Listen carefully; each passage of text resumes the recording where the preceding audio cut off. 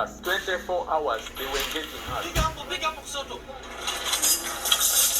Any Al-sabaab who tries to attack us must die. There is no mediation for that. It's for Somalia to again stand up. It's too late.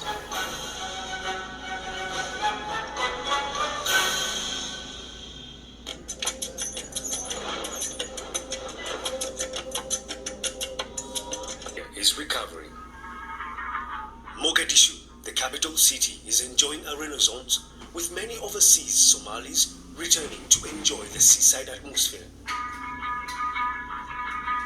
The city, once known as the Athens of Africa, is brimming with optimism. It is a condition that has not been seen for decades. Thanks to Amisom. Meet Amisom, the African Union mission to Somalia, made up of thousands of soldiers from Uganda, Burundi, Kenya, Djibouti, Sierra Leone and others, starting in 2007. African soldiers, bringing an African solution to the problems of an African neighbor.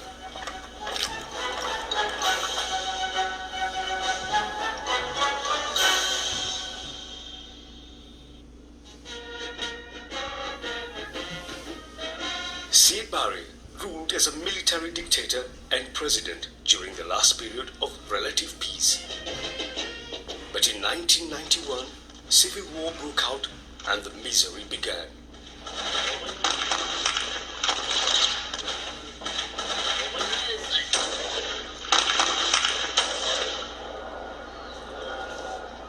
Various international missions tried to intervene with bloody results. In 1993, a US helicopter squadron got ambushed trying to contain warlords in Mogadishu.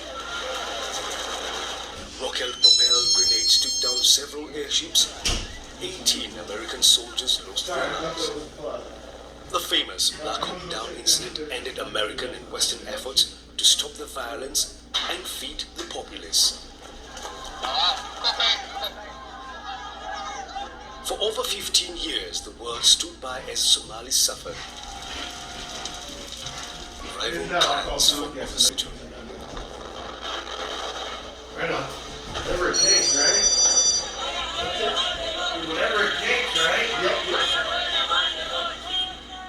The Al-sabaab, as the Islamists call themselves, would eventually be seen as an extension of the Al-Qaeda terrorist group.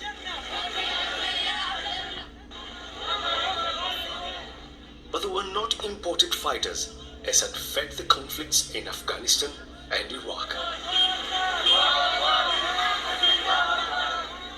They were Somalis, Africans, and they intended to stay in power and create an Islamic state.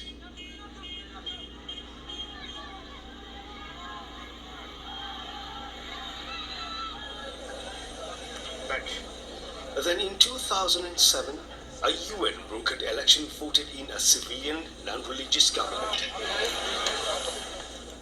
It survived in a small place in Mogadishu, barely staying out of line of fire until the African Union came to the rescue.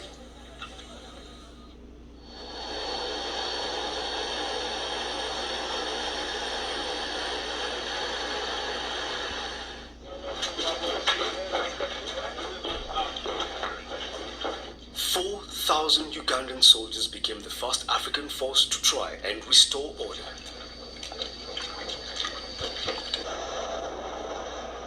March 6, 2007, they landed.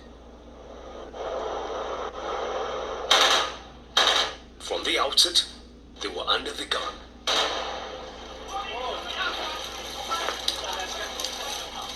The second day, one of our aircraft was shot. So you could see that the security around the airport was not good.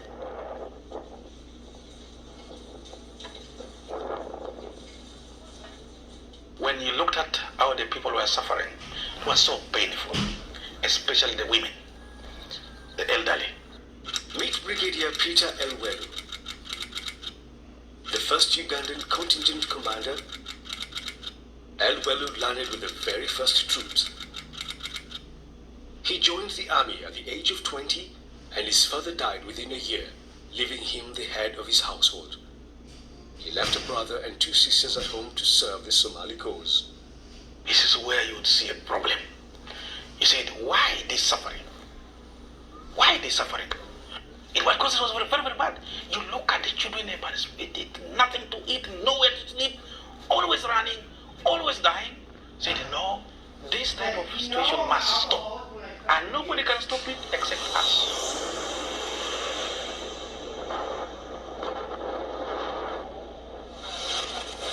The Ugandan soldiers got a boost late in 2007 when the first batch of Burundian troops arrived. When the Burundians came, it was a great relief for us because initially it was almost a Ugandan mission. It was an African mission.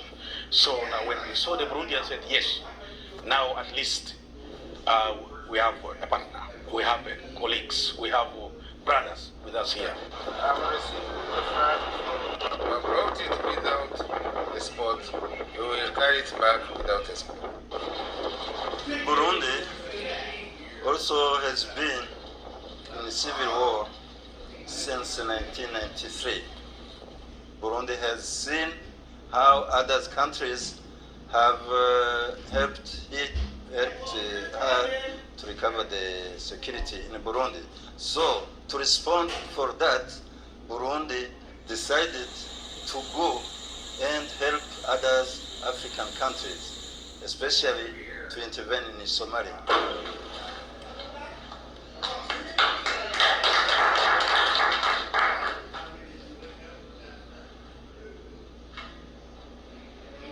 This is the chair of the contingent command. You can see the swings around. So please, this is your chair.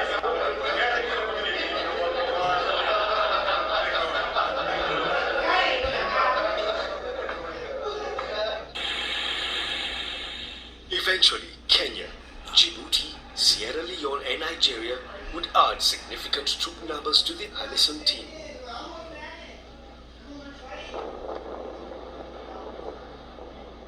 We had taken the posture of real peacekeepers.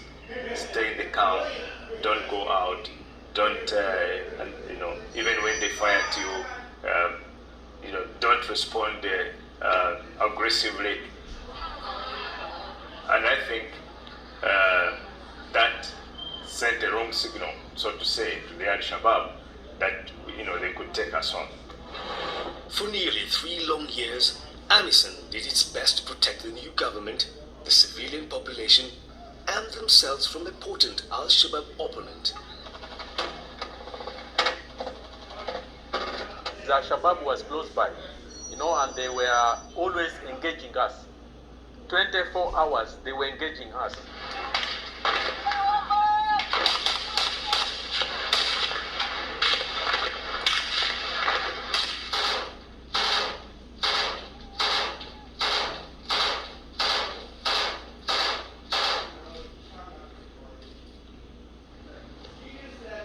And then there were the bombings.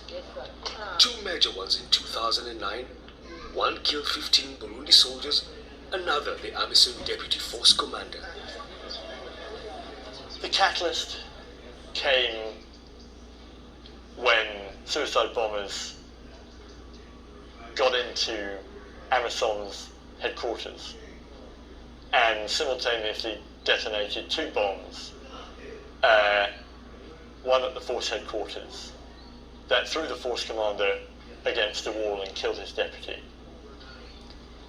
And I think that triggered an understanding within Amisom that sitting, waiting, was not ever going to be an option.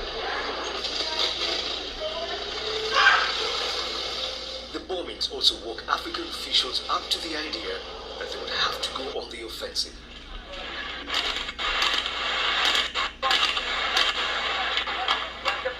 Big up, Soto.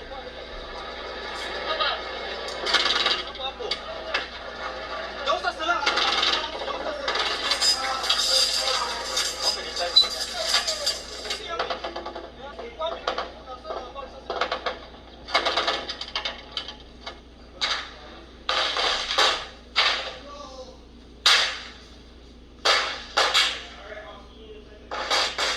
said now that mobility does not help us, the best thing would be now to creep, creeping, going gradually from street to street through buildings, until we would close with them and then push them back.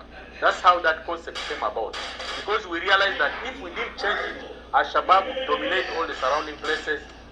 It took us about some 3-4 days to capture a distance of about 400 meters. Every house, every room, you find in a room, you find in another trench. You have dug a hole in a house, and from that house, another house.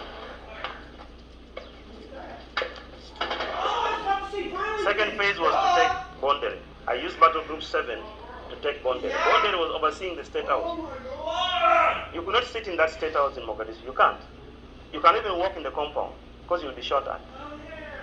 So every time people are in the bunkers, they're down, including the president. The president came and asked me, take me away from here.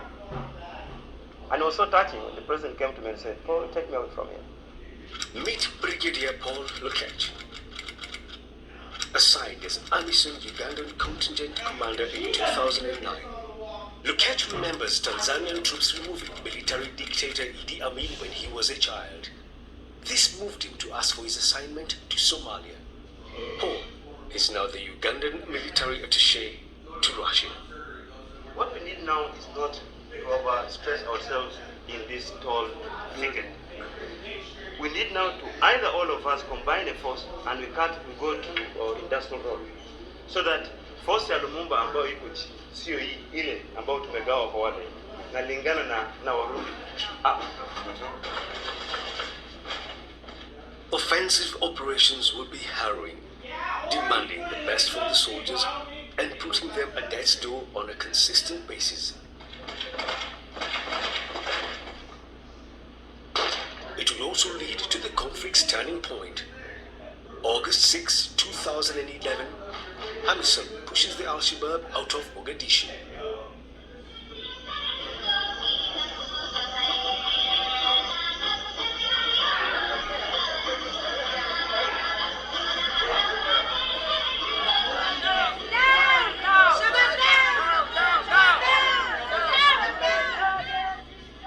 When Shabaab left Mogadishu, it was a turning point on our fight against Al-Shabaab, because we knew that once they are here in Mogadishu, once they left Mogadishu, from there on, it will be easy for us to defeat them in other areas.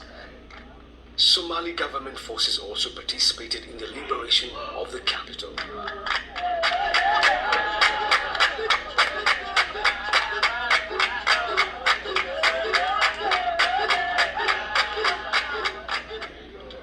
Hii ni sehemu ya undugu kubwa sana hapa Somalia. Hii ni sehemu ya urafiki kubwa sana Somalia. Lakini adui kusongeleza defense, muhakisha mumuua adui. Tuko pamoja? Any Al-Shabaab who tries to attack us must die. There is no mediation on that.